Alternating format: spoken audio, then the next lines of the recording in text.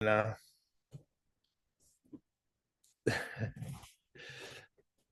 Hello, Catherine.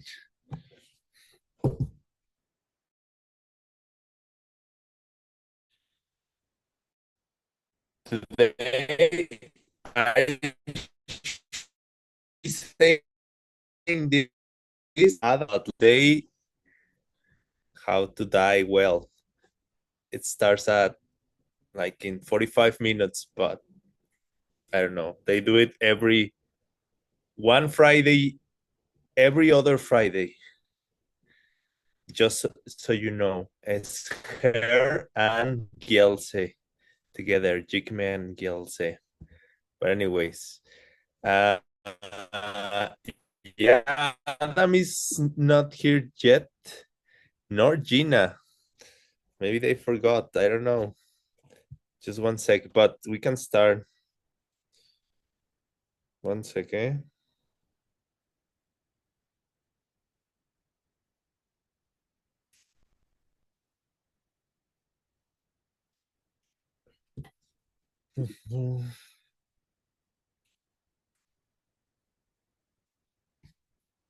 Ah, Gina's here.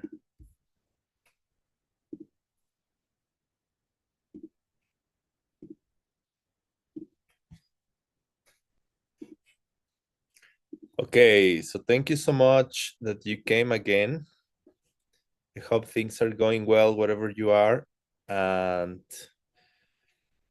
as well as I was telling you about these other sessions on Fridays, we're also getting ready for the Phoenix event. I think that's going to be very, very cool. Probably most of you or all of you know about it. I think it's this poster. No, this is the Mexico City, but it's the same. I don't know. The camera doesn't look. Why the camera doesn't get it? Okay, cool. You can see. But now we go to the Phoenix event. It's gonna be cool if you can try to either come or just watch online. I'm in Guadalajara, Mexico. I really like it. You know, I grew up here, family, friends, a lot of things to do. And then on Wednesday morning, I go to Phoenix. Okay, and most likely next week, I need to talk to Adam, but most likely next week we're gonna pause because it's this event that I was telling you about. And I will encourage you to come. And then we can take a little break, a week break or something. Okay, let me give you context. I'm still super sleepy, but waking up. We have been studying the book. You may say every week I say the same, but it's because I don't know, maybe some people needs the context. Try to be quick. Studying the book that Adam and Geshe Michael translated, Geshe, the first one. Now they are translating their second book, and actually, it's part of the same big book. It's like a commentary of the Pramana Vartika by Master Dharmakirti. Sorry, and this is a Dura text. It's a text that contains a lot of different tools on how to debate and how to develop clear thinking. And among, many topics inside. So what we are doing right now is the book starts with like about 12 different debates. We review some of them in the past, in the first sessions. We didn't even finish the first 12. We stopped like at number 7 or something. And then we jump to the next section, is almost to say like chapter 2 or something like that, where this school of thought, which is the second school, the logic school, just starts telling you facts about the topics we are using for the debates. But these facts, what I'm finding very interesting is like at the same time are a description of the outline of existence. You may be familiar with this outline, which is like it starts with everything that exists. And even though when we are studying it, at some point we talked about this idea that to cover a bigger category called, I don't know, the way that I like to call it is totality or everything, I don't know. And it's things that exist, but also things that don't even exist, which is funny, right? We're talking about things that don't exist. And I guess it's important to talk about them, although we're never going to find them. But to me, the most relevant example is the gaksha, the almost like the illusion, in the sense that it creates all trouble in our life, it's a, but it doesn't even exist. It's a little bit crazy. It's really to believe that the sorry, yeah, to think that the cause of our troubles is something that doesn't even exist. It's kind of very sad. I don't know. Sometimes I think it's like if you're like a little kid and your whole life you're worried because you really believe there is a monster under your bed, and your whole day and your whole struggles and your whole, you're just worried and you're planning your whole day. How are you gonna avoid this monster that doesn't even exist? So I think we're a little bit like that too. Anyways, we start reviewing this outline of existence, things that exist, things that don't exist, then changing things, unchanging things. Then we start with, in the category of changing things, we have physical things, mental things, things that are not physical and nor mental. And then the book is taking us through physical things first. And inside physical things, the book starts talking about the door of senses, which basically has to do with the things we perceive with our five senses, or six, you could say. But I don't know if the book is gonna go yet to the sixth, the mind. We'll see. But then we start reviewing everything that has to do, well, the categories, let's say the categories that this school divides: physical things, visible form,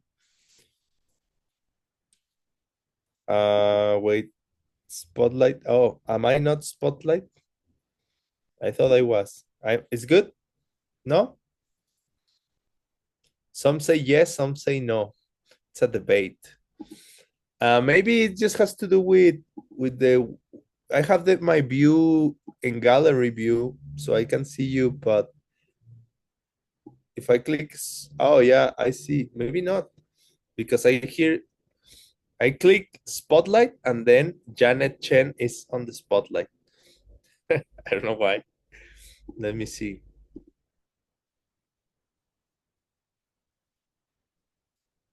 Okay, I guess. Yes.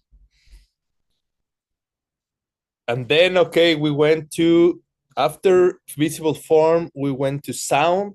Then we went to smell.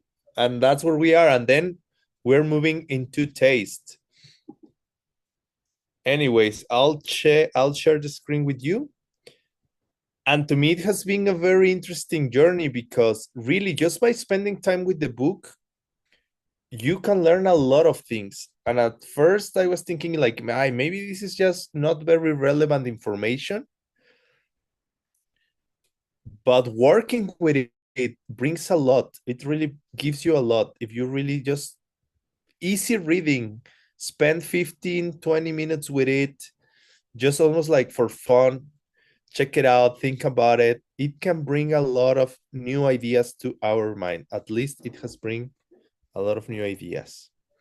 And it's fun. I think it's this kind of text to me, I recommend to chew on it. No, it's not really like literature that you're gonna read just like as a novel or as a book. It's more to me, it's like uh almost as if you were reading like riddles or jokes in the newspaper or something. Like you have to analyze them a little bit and spend, I don't know, 5 minutes with one or two lines, and then make sure that you're following along very well. Go a little further, maybe go a little backwards, like a puzzle kind of thing. Let me share with you the screen. Yes, smells. What is this sound? Okay, sound I think we covered. And if you all of you want, the recordings are there. If you feel like interested, like I want to hear what was said about visible form or about sound, you can check it out. We have this.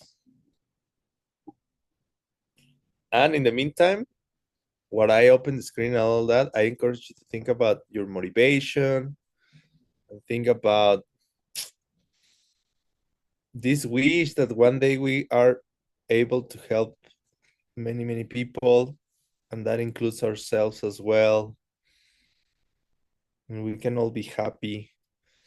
And I think personally, lately, I think if we take daily decisions, we make our own choices with love, I think that's gonna imbue the whole world. It's like sometimes I complain, like, why everything in the world seems so selfish? Like people who are in charge of big, I don't know, countries or companies, or it seems so simple. Like if we all start making decisions based on love, really wanting others to be happy as well, I think the world is gonna be much better. But then I think, do I do that? When I choose, I don't know, when I'm visiting my family, my mom and dad, do I do my dishes? I wash the dishes, or I just leave my plate there? And most importantly, like, why do I do it? Like, do I do it because of love, or I don't know, easy choices, but thinking of others as well. Like, is this gonna make others happier or more miserable or something? Anyways, I think using love for making daily choices is great.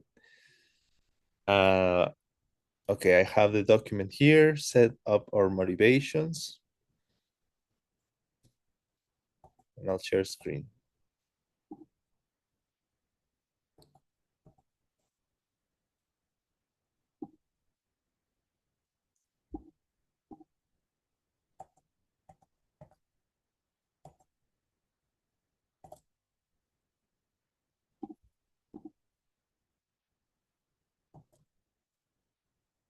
Can you see the document? Okay, but not the PPT. So I guess, one sec, I'll do this again. Share. I guess this. Okay. Okay, perfect. We are on the section on smell. Okay. Does anybody feels brave and awake that want to read the Tibetan?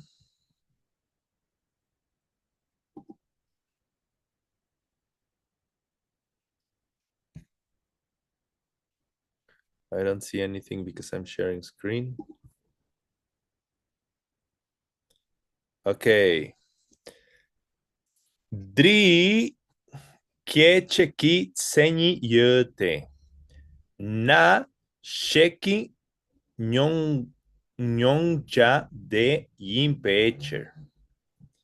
Entonces, sorry. So I changed to Spanish. There is a definition of the door of sense of smell because that object which is detected by the consciousness of the nose is that definition. My proposal today is let's read the section on smell, and then I'll show you the flow charts. Okay, smell may be divided into two types. We talked about it last session. Natural smells and concoct smells. Concoct meaning produce or like a special mixing of elements. We can posit an example of a natural smell. For the smell of sandalwood, will be just an example. We can posit an example of a concocted smell. For the smell of incense that was compounded will be such an example. Okay.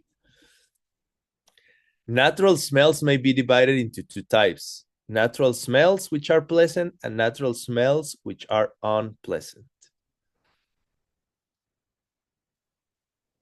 We can posit examples of natural smells which are pleasant.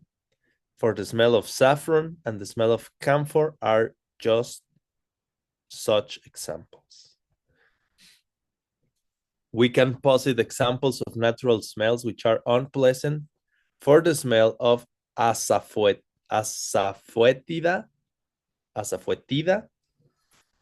and the smell of sulfur are just such examples.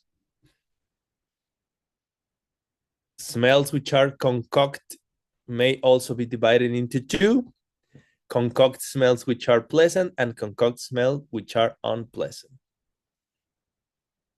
We can posit examples of concoct smells which are pleasant. For the smell of incense, which is compounded, and the smell of incense from the central province of Tibet are two such examples.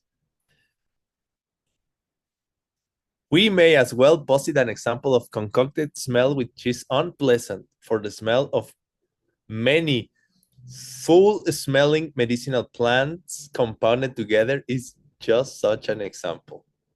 Full-smelling, I didn't know what it means, but it means just bad smelling. All right. Very amazing, okay? Check it out. Now, let's do this. We have the door of sense of smell. Just so you know, when I'm sharing the screen, I don't see much the chat or anything, but I'll try. Or if anybody really needs something, just turn your microphone and let us know. The door of sense of smell. The definition of it is that object which is detected by the consciousness of the nose. And it can be divided into two: natural smells and concoct smells. An example of a natural smell is the smell of sandalwood.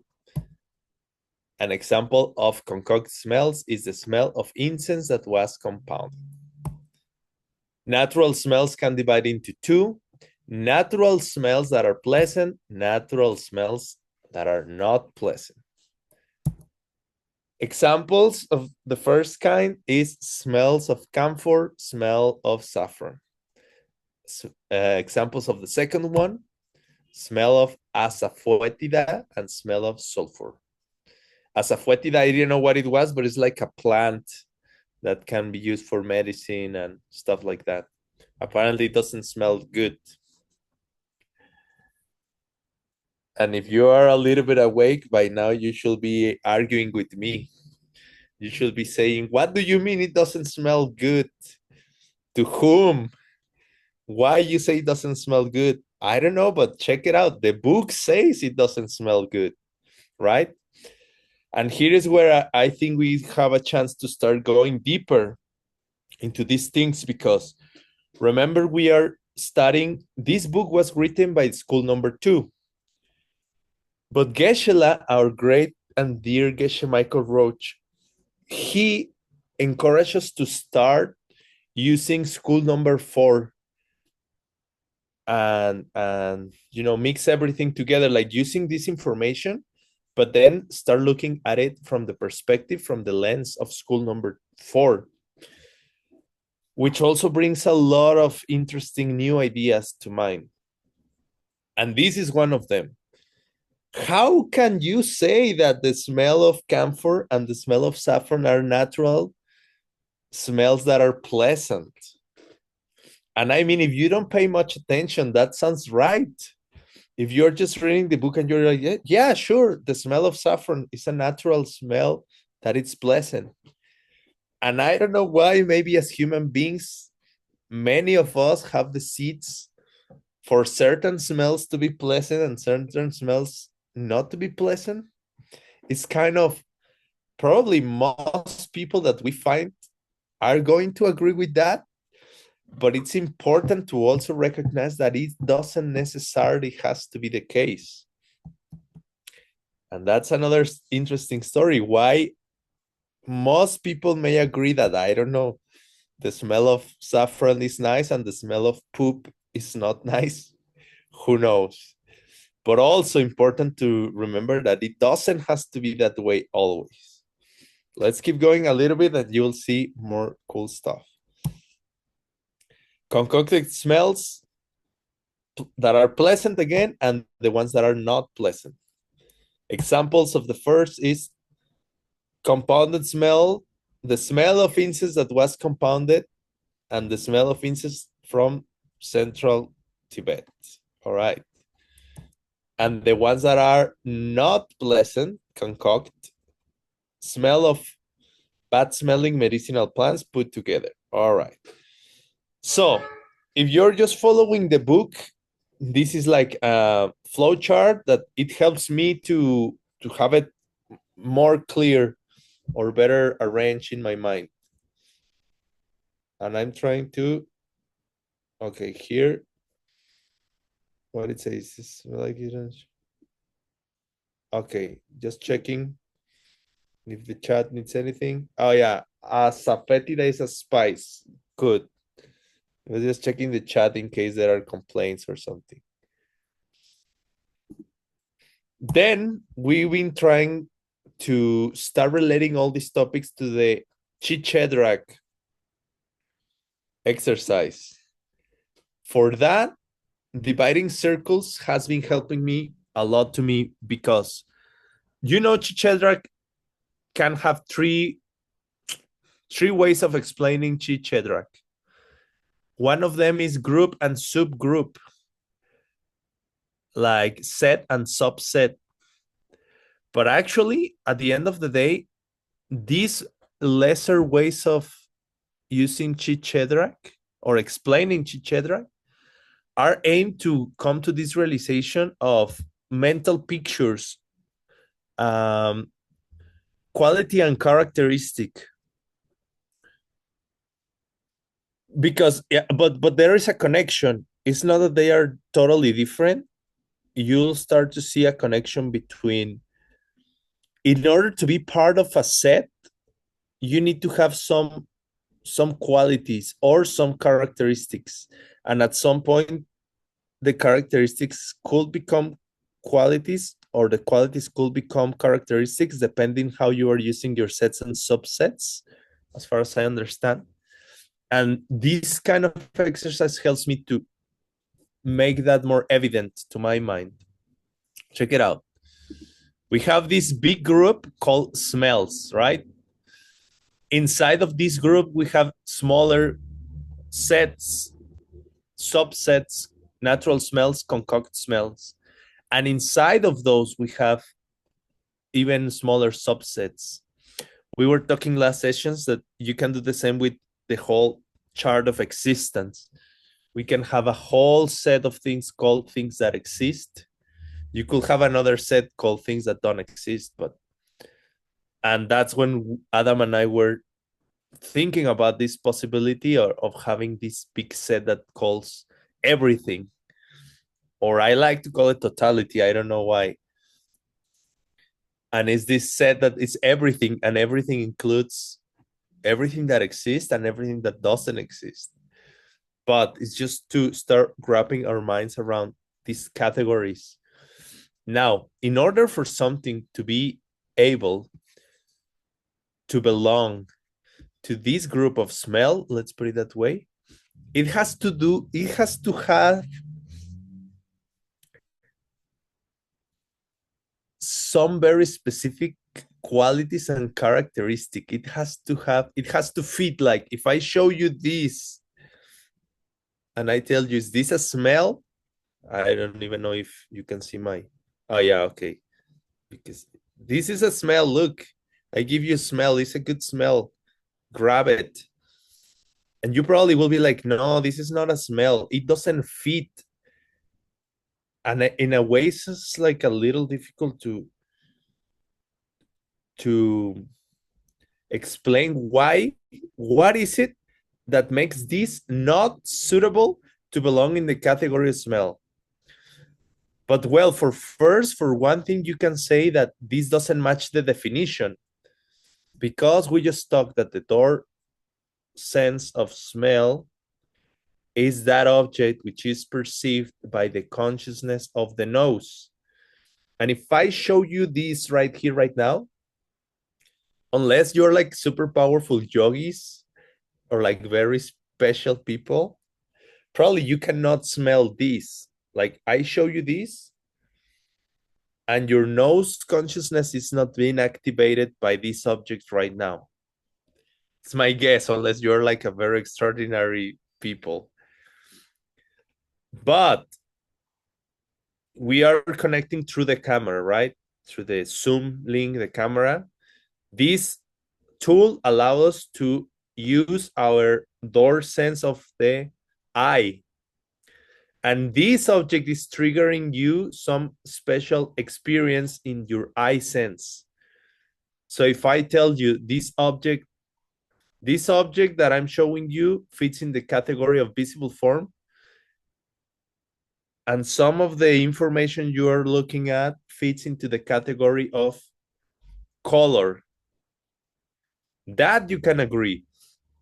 So this object possessing those qualities or those characteristics makes it suitable to be part of that particular group. And this is important. It may seem very like meaningless maybe, but you will see. Now I'm gonna share the screen again. Okay. So what's happening here? When we start thinking about, okay, natural smells and concoct smells. Now imagine labels. The same thing I was telling you with this lighter I have here. It's like this mental picture of something that triggers either our nose consciousness or our eye consciousness. Now try to think of it as a label, as something that we're gonna have the object. I hope you can look at it. Now I don't see the camera, but and then with your mental seeds that got there because the way we treat other people, because what we think, say, and do, it gets planted there, you know the story. And then when the time comes, it opens and it grabs the object and it gives it the quality of being something that your nose or your eye consciousness can perceive. That it's like a label that makes it like a smell, something that my nose can perceive. It's a label that grabs around some object and give it some quality to perform in a certain way in my existence or in my reality. I know Ben Kramer doesn't like the word reality, but I think sometimes this word can be helpful to understand concepts. Reality, he likes more that we call it existence. And I agree, because it just avoids the problem of thinking that things are real, you know? But my argument to that, I don't know, is that how can something exist and not be real? Excuse me. And I think it just has to do with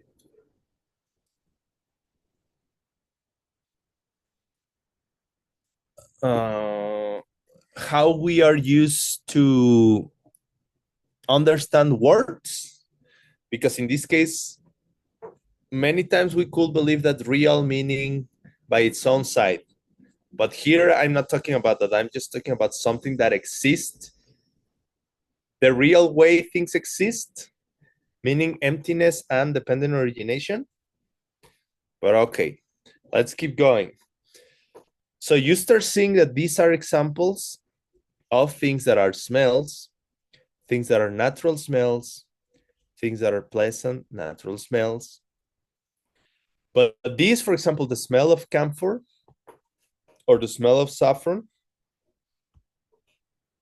will have many labels into it. If you could grab, maybe it's difficult that we are talking about smells, but let's say if you could grab the smell of saffron and examine it, you will see that it has a few labels on it that your mind already grabbed around. And you're like, oh, this has a label that it's called natural smell. Look how beautiful. Okay. Oh, and this has another label called pleasant smell. And because these two things are combined, we can say that it has a third label called pleasant natural smell. Oh, but if it's a pleasant natural smell, it also has a label that's called general smell. So you start examining objects and everything is like that. Right now, we are just using smells. But everything is like that. Whatever object you grab, whatever concept you grab, you will see that you can find more and more labels that our seeds are forcing into that object. And being able to realize these labels, these qualities and characteristics, it helps us to understand objects better. Now, what's happening? Once we will reach to taste, because the idea of today is to reach to taste, you'll see other interesting things here. But all right, this thing to, by the way, in a way, this idea to start dividing things into circles, it came because I'll show you real quick. Here, I have it here. I've started using this book. I make sure you can see it. It's this book that former student of Geshe Michael, Eric Brinkman, also known as Ningpo, he wrote this book. And then a friend of mine, Daniel Garcia, gave it to me recently. And then it looks very cool. If you open it, it has a bunch of illustrations. And one of them that I saw is this one. I don't know. I hope you can see there. You see the circles and the numbers? Anyways. And then this gives me the idea, like, that's a great idea to illustrate.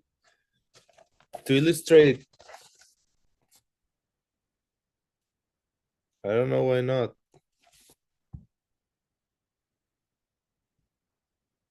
You can see the circles and the numbers. No? Okay, más o menos. There. Anyways, it's a great idea to illustrate concepts like this and Mushi Musum, for example. So we did, but I want to give him credit. And also I have to say a disclaimer. I told Niklas Shaw that I was using this book and he said, that's a great book. But he say also, be careful because not everything there is correct. And I was, okay, great to know. So you know, and to me, it's almost like understandable. Do you see how, remember, Gyaltsev-je and Kedrub-je, two of the most famous and greatest disciples of the great Jetson Kappa, even they both disagree on how to present different Pramana topics. So if Gyaltsev-je and Kedrub-je disagree, don't be surprised if you hear different teachers explaining different things in a certain way, But to me, it's great to have many different tools and different points of view and use them to develop our own. I think it's responsibility of each one of us to get trained and learn and observe and analyze and discern and eventually become, how to say, self-sufficient in our logic, in our pramana, in how we measure things forward, as the etymology says. Let me see. Marina. Okay, I'm gonna make a new interpreter. Just give me a moment.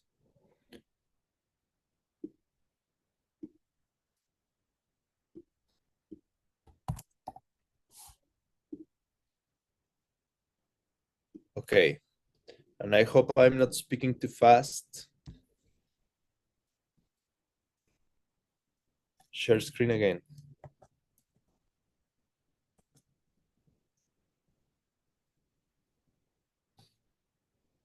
Okay, let's keep going. This is one way, this is one tool, and then I start exploring with other tools.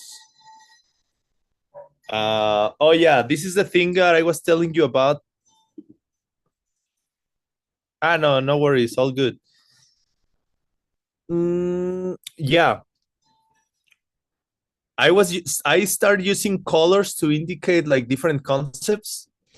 The blue colors, they are groups, and then I noticed that at the same time they are mostly mental things. If you think about it as labels, as categories, as qualities and characteristics. Well, wait. I have to say something because when we talked about Chichedrak, usually when you say characteristic of, it means an object that possesses a quality, but it's like an object that has already manifested in the world. And in the Pramana schools, that's called Rang Sen. Like this cup that I'm holding here with water, and I hope you can see this cup. It's characteristic of cup as in the mental picture. But this is a rank sen of the cup, and the archetype of the cup, an object that can hold liquid, let's say, I'm just creating a definition, right, without much thought. That's a cheat sen. If somebody knows the Tibetan, you can write it in the chat. But it's Chitsen and Rangsen, and it basically means archetype and an actual object in the world. And I think it's a deep connection as well with quality and characteristic, because the quality will be like smell, and it's in blue, you can see. Or you can see the another quality could be natural smell, another quality could be pleasant smell. Apparently all the blue ones, but this I realized later after I set the colors, and those are mental things, archetypes, according to some schools. Later it gets more complicated, but for now I think it's good to talk about it. And then these, the ones that I put in the golden color, are actual things that you can find in the world and you can perceive with your senses. Smell of camphor, smell of saffron, and all the rest. Those are ranked sense. And these are characteristics. These are objects that are characteristics. No, these are objects that are characteristic of the quality called pleasant smell, the quality called natural smell, the quality called smell, and many more if you want to keep going. The quality of being a physical object, the quality of being an existent thing, the quality of being a changing object. Okay. And now with orange, what I was doing is to kind of raise ideas that I'm discovering while playing with this game, which I find out that, for example, smell of sandalwood could belong and live here inside natural smells, yes.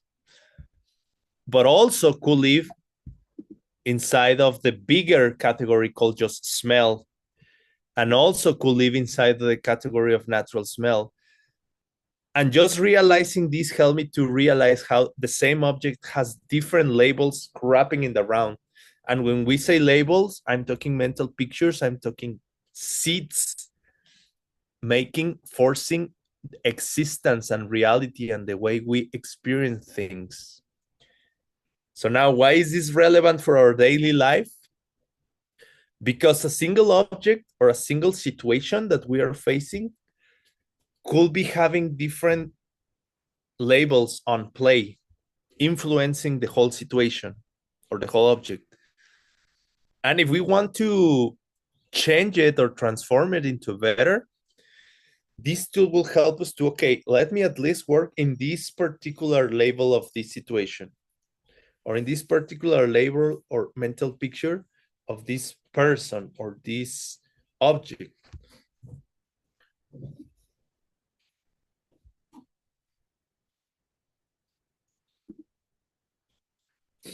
Now we came up with to this observation that I mentioned before. Like, is it really the smell of sandalwood really is a pleasant natural smell? Or could someone come and say, no, no, it's not a pleasant smell. It's actually a non-pleasant smell. I know people that don't like incense smell. Maybe you know as well, like as soon as you're gonna start putting an incense, like, no, no, no, I don't like it. All right. So I guess for them it's a non-pleasant natural smell. And it's important to acknowledge that the labels we put into objects are not necessarily the labels other people will put into them. Same example to me, it was with the smell of gasoline. It's a concoct smell because it's like a mix of chemicals. But some people like it, some people don't. So where will you categorize, for example? And this is just something like gasoline, but you can come up with other things. The idea is to use these topics and information that the text is giving us to then start developing our own critical mind. Now, what I start doing is like I use another strategy other than the circles, because to me the squares seems more like the more determinant. Excuse my English, I don't know if that's a real word, but what I'm trying to say is like it's either one or it's either the other. In the circles, it seems that you can have like in between parts, and you can have like parts that are not covered but none of the little ones. So I try with rectangles and squares, because the idea I'm trying to express is like it's either one or the other and nothing in between, right? Supposedly. Same thing. Can sandalwood live there? Can it be categorized just as a smell without having to say it's a natural smell or it's a pleasant or it's non-pleasant? And what I came with is with this idea that, well, sandalwood could be categorized in many different areas and places and sets and subsets. But what I realized is this idea of discrimination. You see how discrimination is one of the 5 hips, is one of the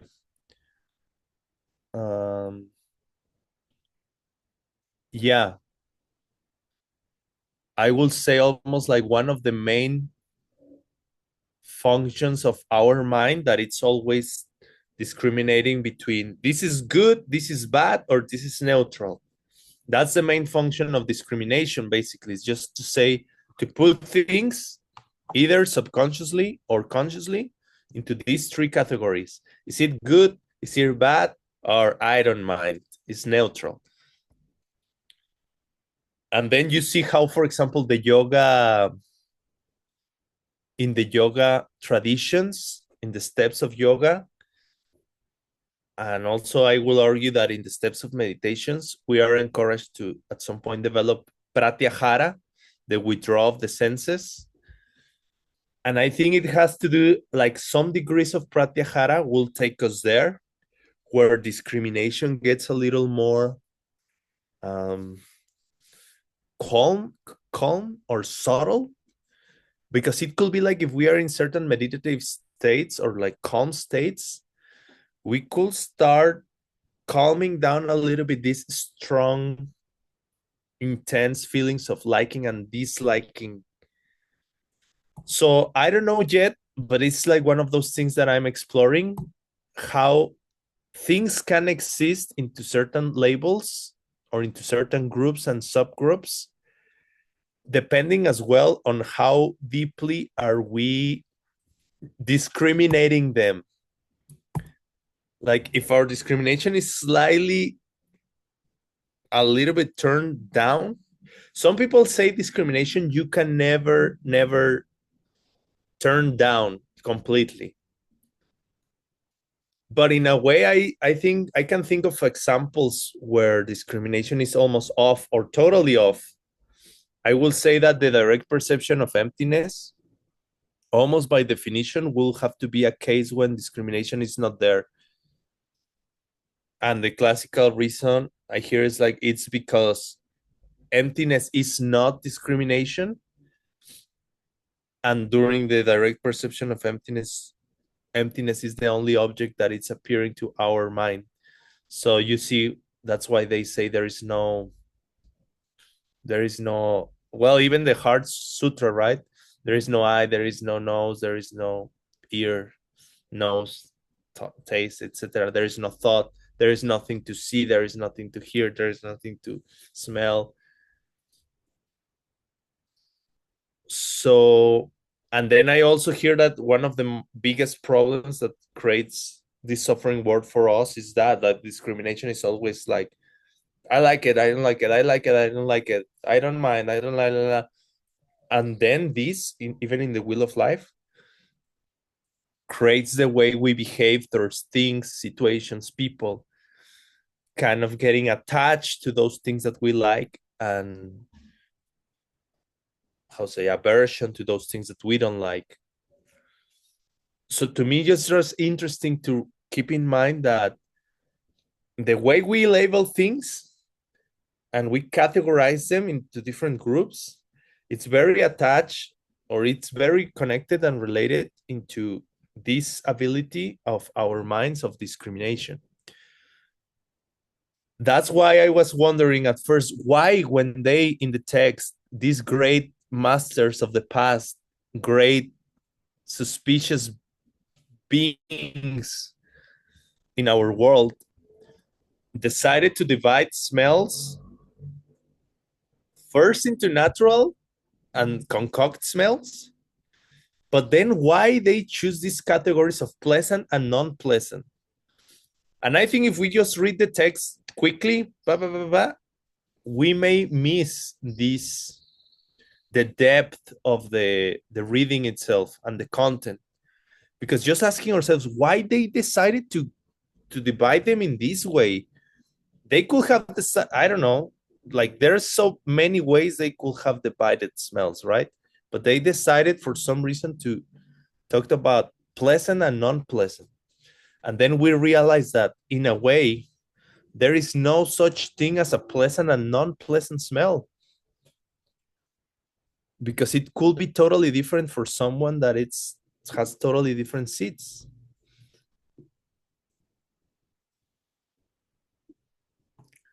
Let's keep going a little bit, because all these we already talked about it last session, so it may be boring for those who already hear about it. Then many different ways of dividing this. I start trying. Oh, the reason I'm also showing you this is trying to share tools that are helping me to understand these topics better. So if maybe some of these tools help you, God bless. Then I try with colors as well, not only rectangles, but colors, and each color trying to signify something. I explained more about the colors last session. Same thing, where you put sandalwood, where things exist, mental pictures. And then, okay, check this out just before we move into taste for the last few minutes of the session. What if, check this out. What if first we have smell, big group of natural smell, big group of concoct smells, and then the two divisions on both of those groups of pleasant and non-pleasant. But then I was thinking, okay, why these great teachers of the past decided to divide it this way? And then I ask myself, could it have been different? And I find like an example where it could have been different and what will be the implications of that. And I'll show with you next. What if instead of dividing them first, same categories, same examples, same objects, but what if instead of dividing them first into natural and concoct smells, the first division was pleasant and unpleasant? You see, I changed the order of the groups and subgroups, which is interesting again and relevant for Chit-Shedrack because we are talking about mental pictures, qualities, and characteristics. Here is the first division, natural and concoct. In the next one, the first division is pleasant and non-pleasant. And see how the grouping changes. Check it out. Then after pleasant, we will have inside of the pleasant smell, we will have the two categories of natural and concoct, but both of them pleasant. And in the other hand, the same, natural and concoct, but both of them non-pleasant. And it was just a rearrange of the rank sense of the actual objects of the world which possess those qualities, which are characteristic of those qualities. Now, to me, it was interesting to realize again, like what I was playing with sandalwood, right? Trying to put it, where will I fit sandalwood, the smell of sandalwood in these charts? So, okay, it can go here because it's just a smell. This was my way to convey or represent that this little square here is just a big category of smell without more labels yet. But also sandalwood is suitable to have this other label called pleasant natural smell. Same thing, but could it be here? What if some people don't like it? Okay. Now, what about gasoline, right? And then I was like, well, now gasoline is a little more difficult this time if I divided smell into this way. Because first I will have to find if it's a pleasant or unpleasant before I put it, not even worry yet if it's natural or concoct, but if it's gonna be natural, sorry, is it gonna be pleasant or is it gonna be unpleasant? And now what I realize is like natural and concoct seem more solid, right? Right now we are arguing about if something is pleasant and non-pleasant. That can be kind of understandable, easy to understand. Like, yeah, some people like it, some people don't like it. But what about being natural or being concoct? Is that more, I don't want to use the word self-existent, but because we know it's almost, if we are used to it, we're going to say, yeah, of course, nothing is self-existent. But what I'm trying to do here is to really think about it. So I will say, is it more solid? The fact that gasoline or sandalwood is natural or is concoct, is that more like, there is an expression in English, I don't remember, but is it just, let's call it solid?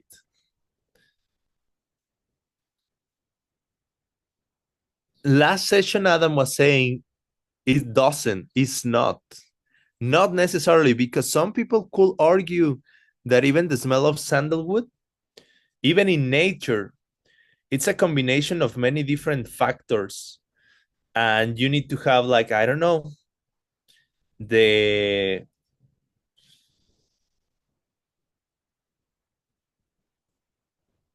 elements of the tree that is producing it, You have to have the element of the fire, that it's burning it.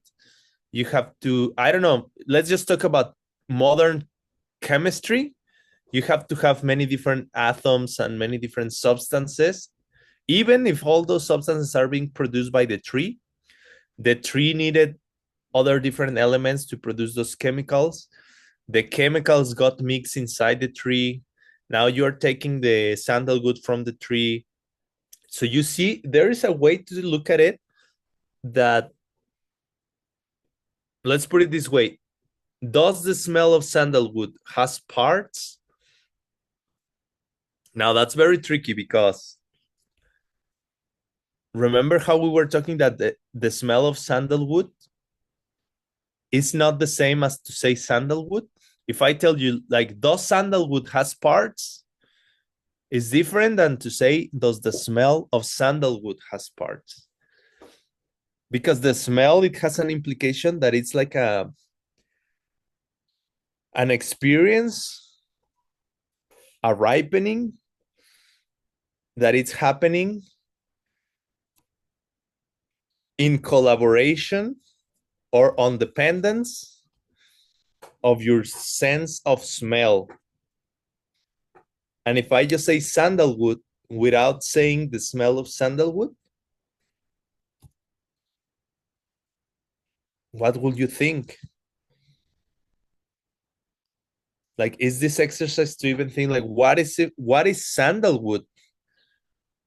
Does sandalwood even exist? Can I give you sandalwood? Or when I give you sandalwood, like maybe by convention, right? We agree convention is also one of the accepted forms of pramana, accepted forms of uh,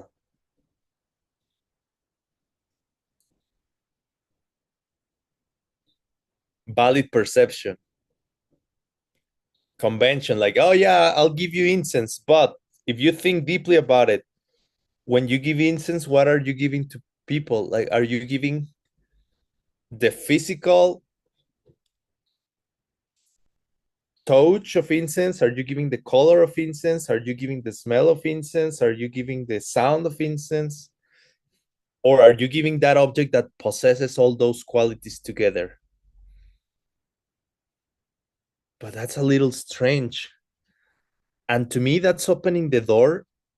If some of you may in the past hear Geshe, the great Geshe Michael Roach, talking about Chichedra, you may have heard that often he finishes his talk saying that if you really think about it,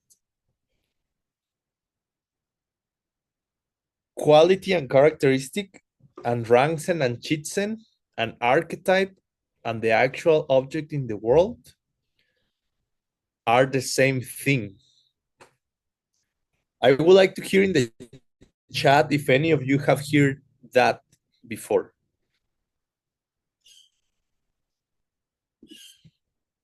Okay, good. Ola says no and yes, and I don't know if it was the same at the same time or what. Oh no, sorry. Yeah. Okay, yes. I was reading a previous time on the chat. Okay, so the first few times when I hear that, I couldn't really yet understand why.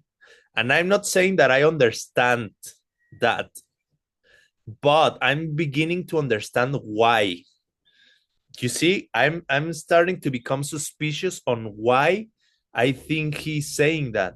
Not yet have fully understand it of really, but it's giving me all these studies on all these little maps and all these little colors and blah blah blah blah. Blah.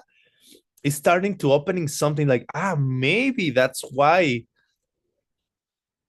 Geshe Michael is saying that. Geshe is saying that if you really go deep, deep, deep, deep, deep, at some point you're gonna realize that that mental picture and the object are the same thing.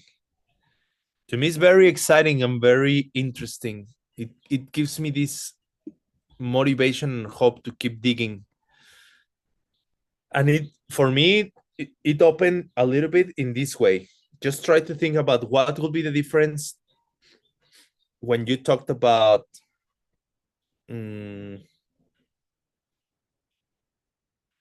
sandalwood and the smell of sandalwood. I'm gonna keep going, but we will be reviewing this time to time.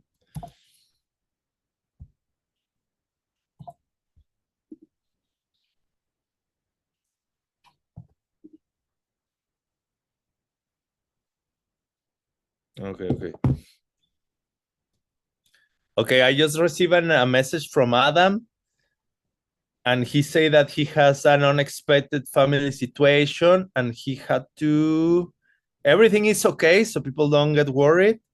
But he had to take some family member to the hospital this morning.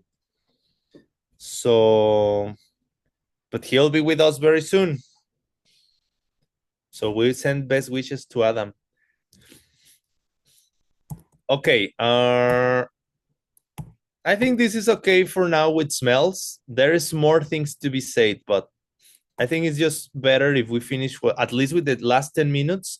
I want to show you what's up with taste, because this same thing that I was telling you comes up here. Okay. 10 more minutes to go. Thank you for hanging in there. If you have comments, questions you want to say, share, feel free to. Janet's saying, Dennis, whether we listen to Geshe in person or over Zoom, they are both mental pictures. Well, but when I mean mental pictures, I mean archetypes, maybe, in this case. To me, it starts getting more clear when I think about this for real. And I apologize if you're hearing the dogs barking out there. They get crazy at this time of the day.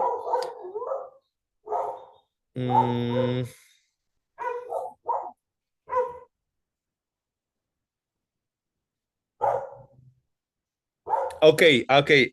We didn't finish that debate, but I think next session we should go there. But there is a debate at some point at the beginning of this book. It's like about 12 opening debates. And one of them, it starts going to this. Check it out. It starts arguing that it's impossible ever. You will never, ever in your life, you will never find a white horse. It's impossible for a white horse to exist.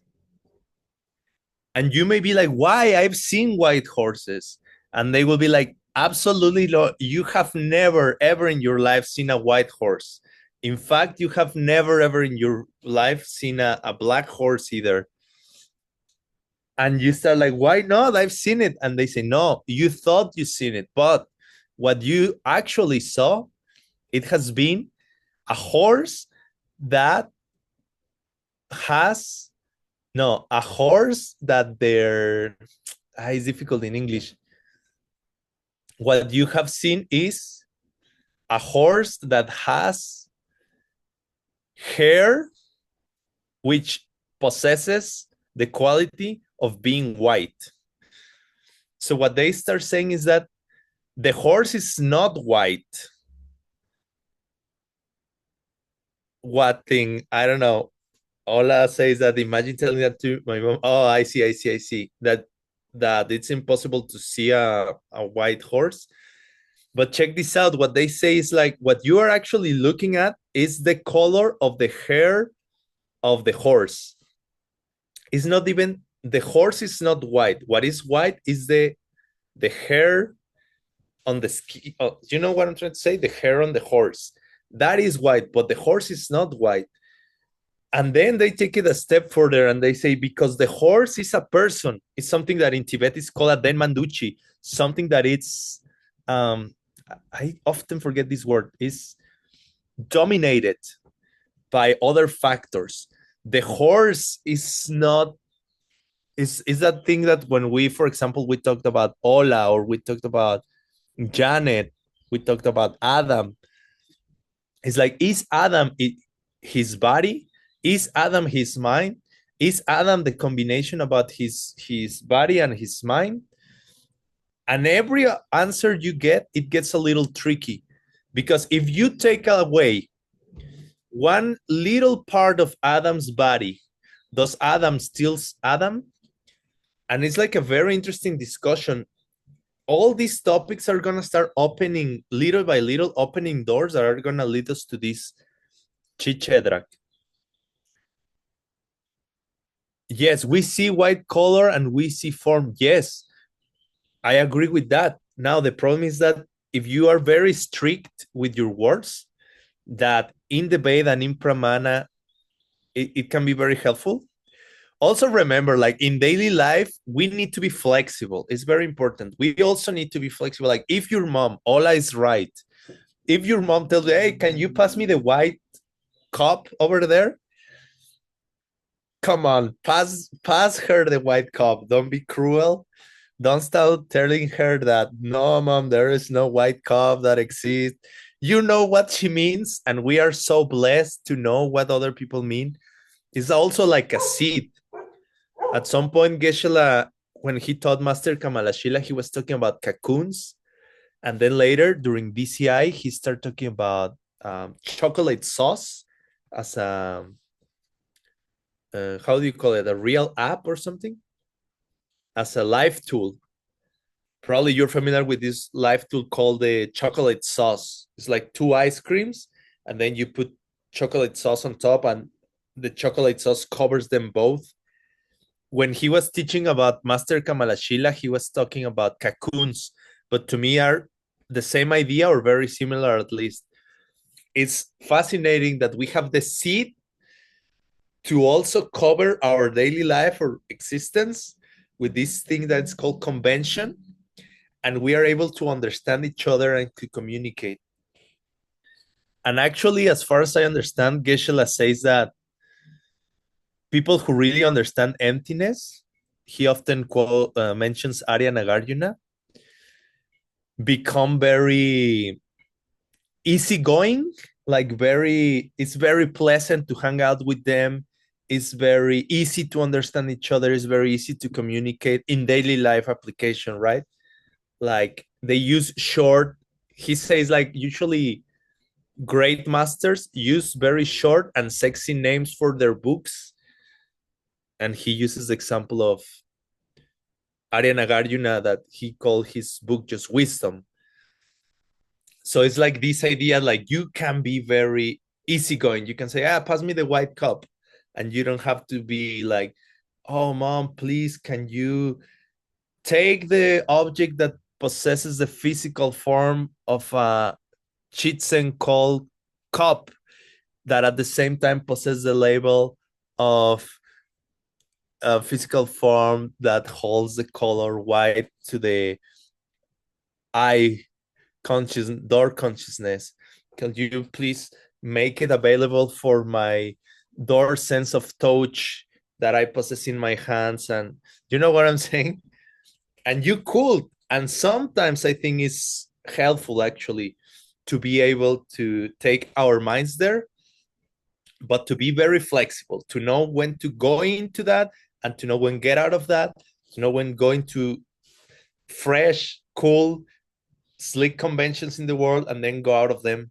To have this ability to dance between those two worlds, I think is great tool to have. And now we only have 3 more minutes. And I think at least let me show you the idea. There is a definition of the doors of sense of taste because that object which is detected by the consciousness of the tongue is that definition. Taste may be divided into 6 types: sweet and sour, bitter and astringent, spicy and salty. And then we can posit examples of things which are sweet for the taste of brown sugar and the taste of milk are 2 such examples. We can posit examples of things that are sour for the taste of purple leaf plum and the taste of yogurt are 2 such examples. We can posit an example of something which is bitter for the taste of gentian root is 1 such example. We can posit an example of something which is astringent for the taste of black. Mirobalan is one such example. We can posit an example of something which is spicy for the taste of tripinate. Horseradish tree is just such an example. We can posit an example of things that are salty for the taste of soda salt and of Mongol salt are examples. Okay, check it out. How long we have? 2 minutes. Door of sense of taste. Next session, we'll get deeper into this or more calmly. But I just want to show this. That's the definition. We can divide it into 6 kinds: sweet, sour, bitter, astringent, spicy, salty. Examples for sweet: brown sugar and milk. And now somebody please tell me what's wrong here.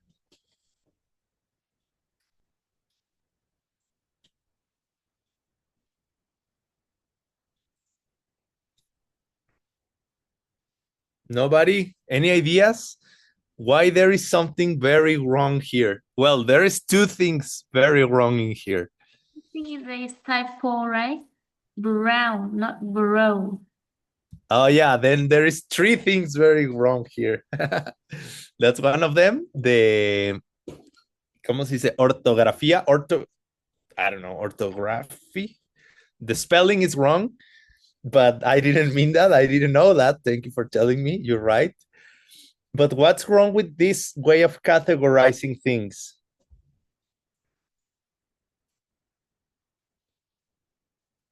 Let me tell you. Number one, some people, I will argue, although it feels weird, right? It feels weird to say, but maybe some people could experience brown sugar as something sour or as something bitter or as something spicy.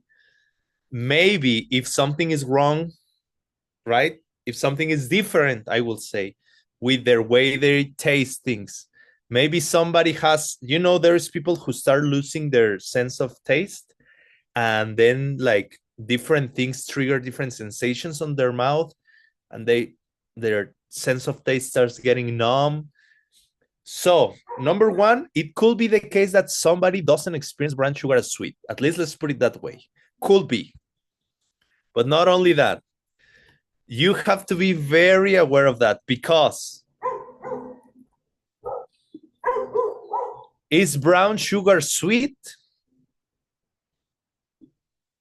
Or is brown sugar brown? I thought brown sugar was brown, right? Because that's why it's called brown. But now you're telling me brown sugar is sweet? What's wrong? Can brown sugar even be sweet? Yes. Hola. For $20. Hola just made $20. I don't know. If you come to Phoenix, I give it to you. Or if not, I'll send it later. But exactly. It's very important. We cannot experience brown sugar because brown sugar, in a way, is an idea. It's an archetype. It's quality.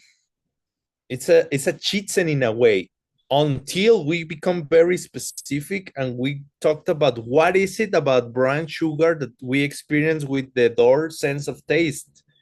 And it's the taste of sugar, taste of brown sugar. It's another chi. Yes, in a way, brown sugar can be, if we are not talking in a conventional way, that of course, yeah, if your mom sends you to bring brown sugar, just please bring brown sugar. But now that we are exploring these topics of Pramana, it's good to make this distinction. The thing that is sweet about brown sugar is its taste, because the taste of brown sugar is the part of sugar. If you see, like, brown sugar has many different parts. The taste of brown sugar is the part of brown sugar that we can experience through the door sense of taste, through our consciousness of the tongue. It fits the definition. And now, the reason I bring this up again is because even check how careful they are in the reading. And in this, these guys don't do things randomly just because of that. That's another thing that Geshe keeps encouraging us to be suspicious of this magic world that is happening all around us. These guys are very careful to keep saying the taste of gentian root, the taste of purple leaf, the taste of yogurt. They don't just say, oh, the examples of things that are sour are purple leaf plum and yogurt. No, the taste of yogurt. And to me, it was even, when I was thinking about these things, it was very funny to me to see how at the very end, with the last example, check what they do. And again, I don't think it's by accident. I think they are helping our minds to understand something deeper. We can posit examples of things that are salty after they keep saying that the taste of black mirror blend, the taste of tryptophan, they go, the taste of soda salt and Mongol salt. But no, they not say that of, they don't say the taste of salt and Mongol salt. They say of. And again, it varies, but in a, that could be that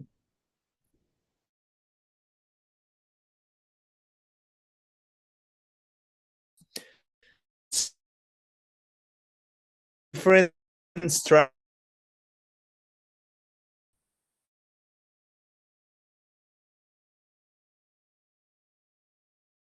blend. Taste of soda salt, and then they decide this time we are not going to more emphasize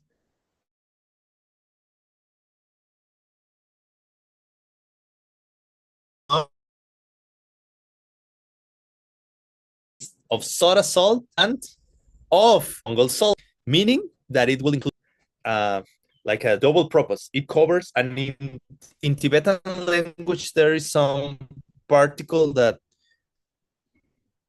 does that, or some word that, and also, for example, in Sanskrit, there is like a kind of, I should know more about it, about, I don't know how to call it.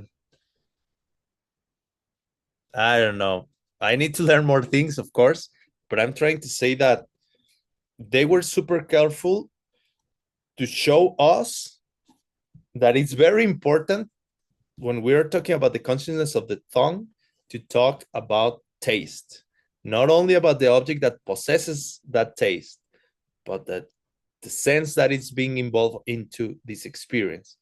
And a strategy they use at the very end is just to say, instead of repeating ourselves taste, now taste is going to cover both of the upcoming objects. Number one, the taste of soda salt, and number two, of the Mongol salt.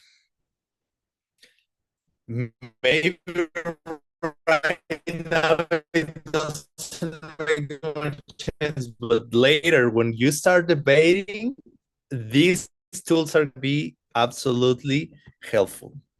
Okay, thank you so much. I'm gonna stop here for now. I'll keep you posted with what's gonna happen, but most likely on Phoenix. And I hope you can come even online if you can. At least, I mean, online if you can.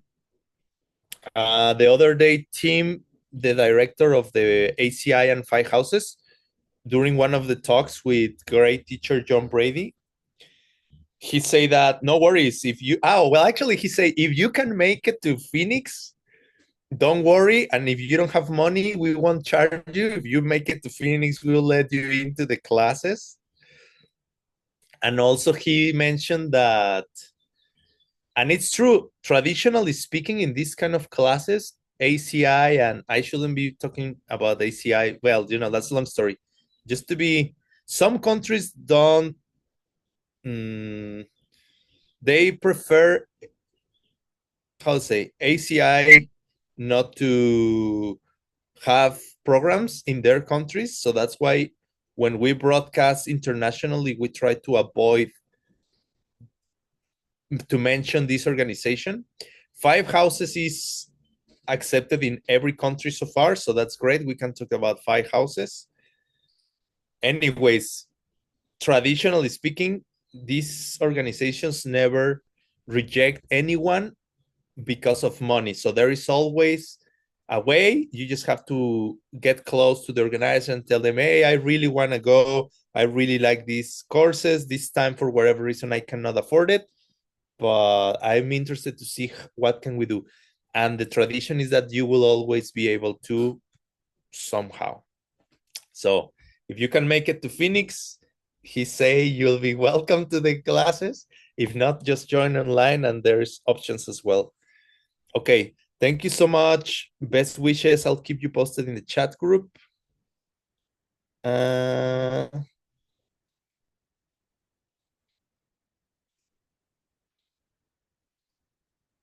thank you as well. Thank you. Janet says, thank you for letting the Dakinis give you a little bit of hard time with the debate.